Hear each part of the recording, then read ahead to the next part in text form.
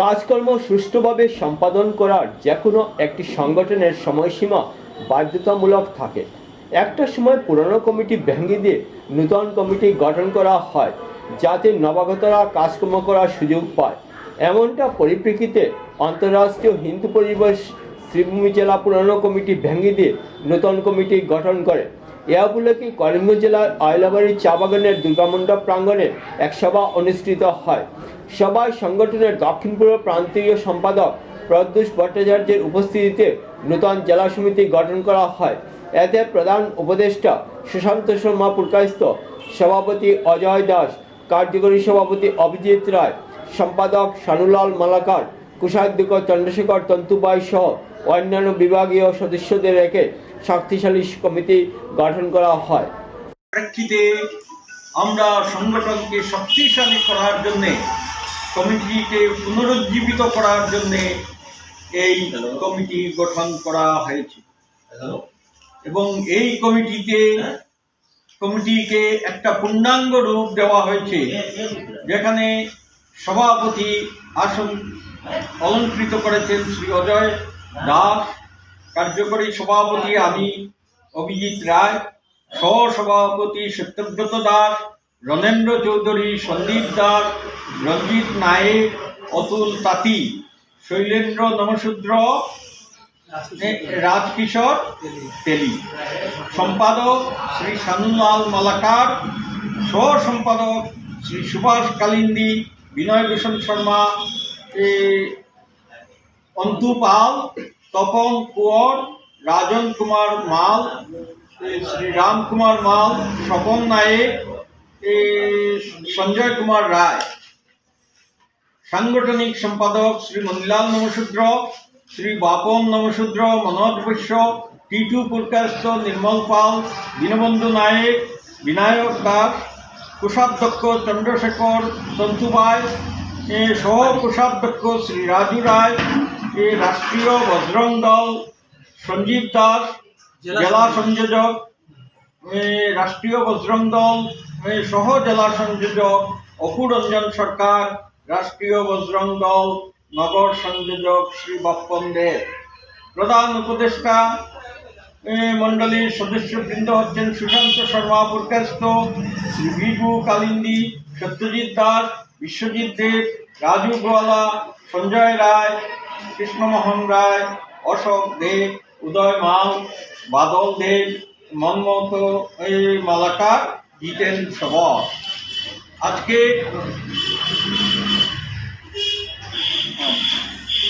শ্রী মনোজ পুরী, শ্রী মানিক চক্রবর্তী, নিরঞ্জন নমশূদ্র, হিরণময় নমশূদ্র, অনুজ Namasudra, Lincoln Namasudra, Hiralal Namasudra, অনন্ত কুমার নমশূদ্র, স্বদেশ রুদ্রপাল, শিবু নমশূদ্র। তো আজকে আমরা এখানে উপস্থিত হয়েছি আপনাদের সামনে অত্যন্ত গুরুত্বপূর্ণ কয়েকটি কথা উপস্থাপন করার জন্যে। বাংলাদেশে এই যে তাণ্ডব লীলা চলছে, এর জন্যে আমরা আজকে সংঘবদ্ধভাবে দীর্ঘ মেয়াদী আন্দোলনের প্রস্তুতি গ্রহণ করেছি। বাংলাদেশে হিন্দুরা বারবার এইভাবে নির্যাতিত হতে পারেন না। আমাদের মাননীয় মুখ্যমন্ত্রী বলেছেন, বাংলাদেশ থেকে নির্যাতিত হয়ে যারা এখানে আসবেন আমরা তাদেরকে আশ্রয় দেব। এই হচ্ছে মাননীয় মুখ্যমন্ত্রী ডক্টর হিমন্ত বিশ্ব শর্মার উদ্ধৃতি। তো আজকের দিনে এই বাংলাদেশের হিন্দুদের পাশে আমাদের থাকতে হবে। আমরা অত্যন্ত দুঃখিত, ভারতের মাননীয় প্রধানমন্ত্রী তিনি বাংলাদেশে হিন্দুদের এই নির্যাতনের ব্যাপারে বাংলাদেশকে একটিও সতর্কবার্তা উচ্চারণ করেননি। এই কথাটি আমার নয়, এই কথাটি হচ্ছে বিজেপির সাংসদ শ্রী সুব্রমণ্যম স্বামী। বন্ধুগণ, আপনারা জানেন যে এরশাদ আমলে যে ধর্মনিরপেক্ষতার উপর আমরা সংবিধানের ধর্মনিরপেক্ষতার উপর বাংলাদেশকে স্বীকৃতি দিয়েছিলাম, এরশাদ আমলে সেই ধর্মনিরপেক্ষতা তুলে দিয়ে বাংলাদেশকে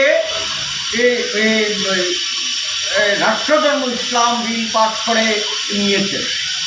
তখনই ভারতবর্ষের উচিত ছিল এই স্বীকৃতি প্রত্যাহার করা। আমরা স্বীকৃতি দিয়েছি একটা ধর্মনিরপেক্ষ রাষ্ট্রকে, সেই দেশ রূপান্তরিত হয়ে রাষ্ট্রধর্ম ইসলাম ধর্মে রূপান্তরিত হয়েছে। ফলে আমরা কিন্তু স্বীকৃতি প্রত্যাহার করিনি। এর প্রতিক্রিয়া স্বরূপ ঘন ঘন বাংলাদেশে হিন্দু নির্যাতন হচ্ছে, হিন্দু নিধন হচ্ছে, ধর্ষণ হচ্ছে, মন্দির ভাঙা হচ্ছে।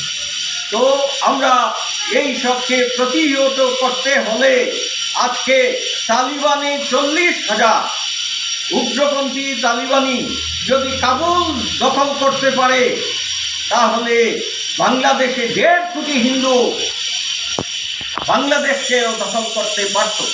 এরাই বাংলাদেশে মুক্তিযোদ্ধার আন্দোলনের সূচনা করেছিল, কিন্তু লাঠি নিয়ে তাদের পক্ষে আন্দোলন করা বাংলাদেশে সম্ভব নয়। তালিবানদের হাতে ছিল অস্ত্র, তালিবানিদের হাতে ছিল অস্ত্র। এই অস্ত্র ভয়ে পালাতে শুরু করেছিল সাধারণ মানুষ। তাই কাবুল আজকে এই বিপর্যয়ের শিকার। বাংলাদেশেও হিন্দুরা এইভাবে নির্যাতিত হচ্ছে আর সহ্য করে যাচ্ছে। তো বন্ধুগণ, এই কথাগুলো আর বেশিভাবে বলছি না। বলছি আজকে আমি এক সময় বিশ্ব হিন্দু পরিষদের গড়রক্ষা বিভাগের প্রভারী ছিলাম, অনেক কাজ করেছি। 30 বছর বিশ্ব হিন্দু পরিষদের সঙ্গে যুক্ত ছিলাম, সংগঠন করেছি। তখন আমাদের দুগারিয়াদি ছিলেন বিশেষ দায়িত্বে বিশ্ব হিন্দু পরিষদে, এবং তারই অধীনে আমরা অনেক কাজ করেছি। ডক্টর শঙ্কর দাসের বাড়িতে ব্রজেন্দ্র রোড তিনি এসে উঠেছিলেন, আমরা তার সেবা করার সুযোগ পেয়েছিলাম। সেই সুগারিয়াদি আমাদের সংগঠনের আজকে প্রধান। তার আদর্শে আজকে অনুপ্রাণিত হয়ে আমরা এই সংগঠন পরিচালিত হচ্ছে। একটা কথা মনে রাখতে হবে, আজকের মাননীয় মুখ্যমন্ত্রী, আসামের মুখ্যমন্ত্রী গড় সংরক্ষণের ব্যবস্থা করেছেন, গড় রক্ষা নিধন বন্ধ করেছেন। আমরা তাকে ধন্যবাদ জানাই। অন্তরাষ্ট্রীয় হিন্দু পরিষদের জেলা সম্পাদক কানুলাল মালাকার বলছি। এখানে আমার নৈশ কার্যকর্তা বৃন্দ উপস্থিত আছেন, ওনাদের পরিচয় আগেই আপনারা পেয়েছি।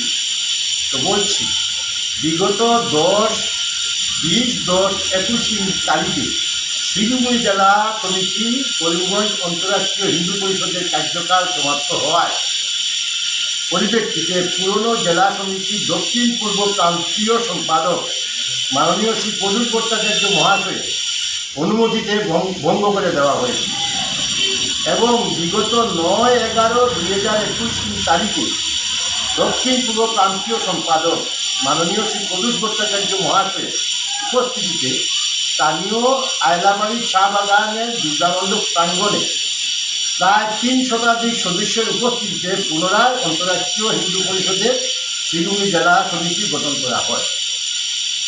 এটাই হচ্ছে আমাদের আজকের কথা।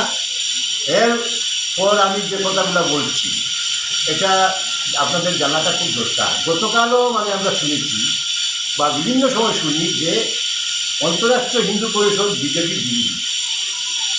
এক ঘটনাটা আমি খুলে বলছি। দেখুন, অটল বিহারী বাজপেয়ীর নেতৃত্বে যখন বিজেপি নির্বাচন লড়ছিল, তখন এজেন্ডা ছিল 3টি। একটি ছিল যে রাম মন্দির বানানো হবে, কাশ্মীরে 370 ধারা উঠানো হবে, এবং এই যে ক্লাসিফিকেশন, আজকে কেউ শিডিউল কাস্ট, কেউ আদার কাস্ট, কেউ আদার ব্যাকওয়ার্ড, এই সমস্ত জিনিস উঠিয়ে সত্যি সত্যি গরিব যে আছে তাকে সাহায্য করা হবে। তো সমস্ত হিন্দু সমাজ বিজেপিকে ভোট দিয়েছিল, কিন্তু যাই হোক সেই সময় এই কাজগুলা হয়নি।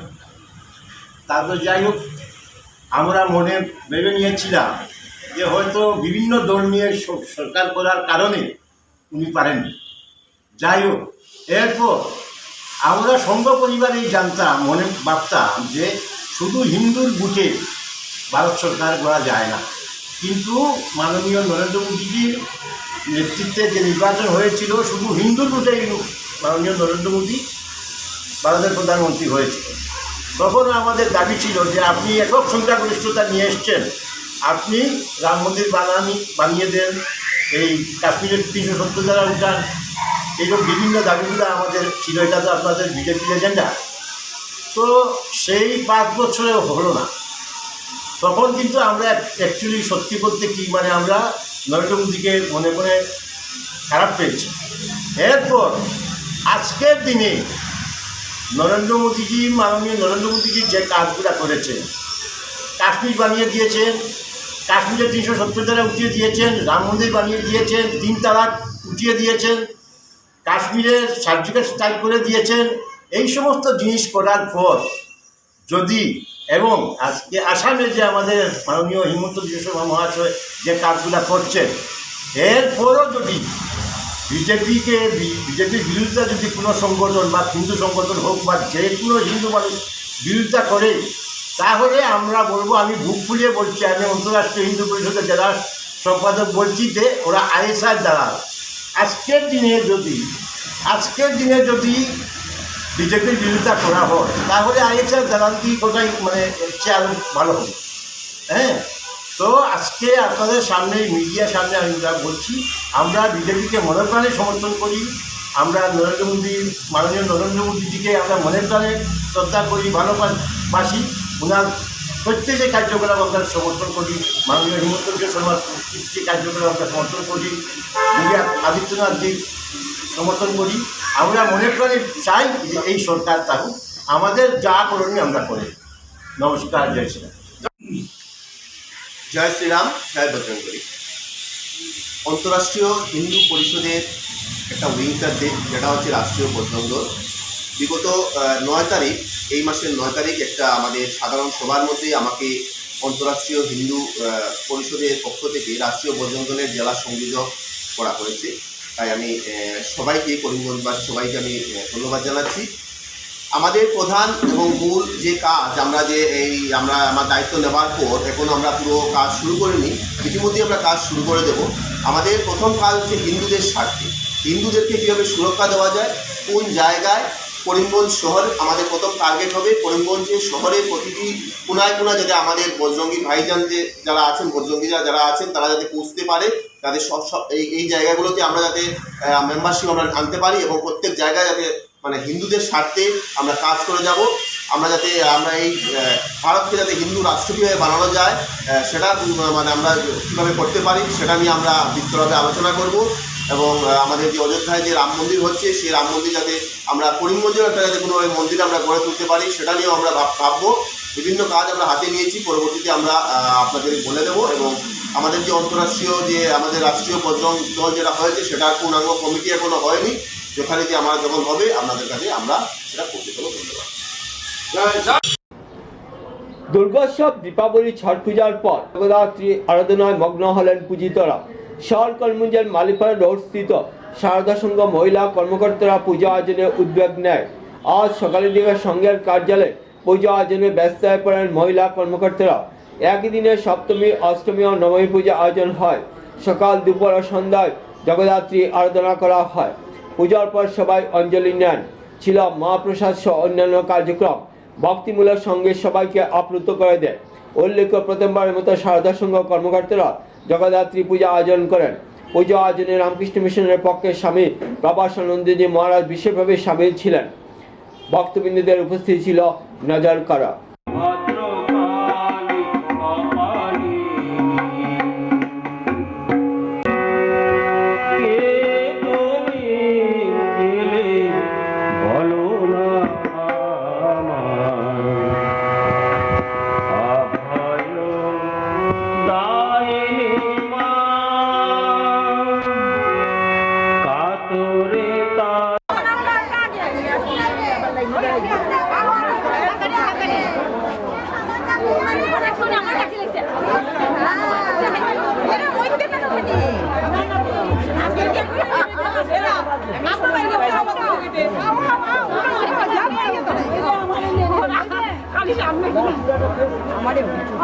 দিদি আছে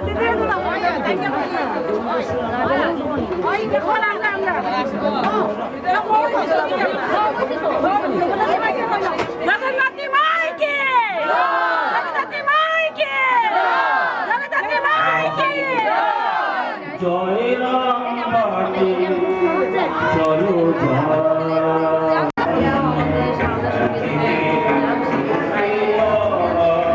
আমাদের হচ্ছে কিন্তু হচ্ছে না এবার মানে করোনার তারপরে আমাদের সমাজে একটা বাড়ি নিয়ে হয়েছে দিন এসেছিল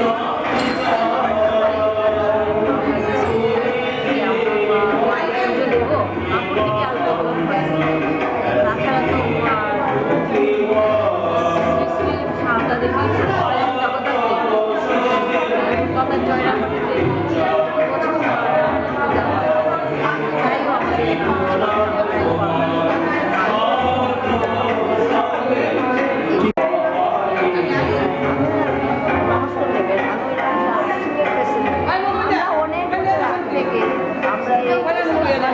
জগদ্ধাত্রী পূজা করার খুব ইচ্ছা ছিল প্রায় 10-12 বছর আগে বলে আমরা সাহস করে করতে পারি এবার আমরা সবাই সহযোগিতা আমরা বললাম যে না আমরা জগদ্ধাত্রী পূজা করবো আমরা গিয়ে আর মিশনের মহারাজকে বললাম যে আমরা জগদ্ধাত্রী পূজা করবো আপনারা আমাদেরকে সাহায্য করেন তারপর মহারাজ বলল ঠিক আছে আপনারা করেন আমি সাহায্য করবো তারপরে বড় মহারাজ সব মানে মিশনের সব ওয়ার্কার সব দেওয়ার পরে আমরা এবং আমার সুষ্ঠুভাবে এখন পর্যন্ত সুষ্ঠুভাবে আমাদের কাজগুলা সম্পন্ন হয়েছে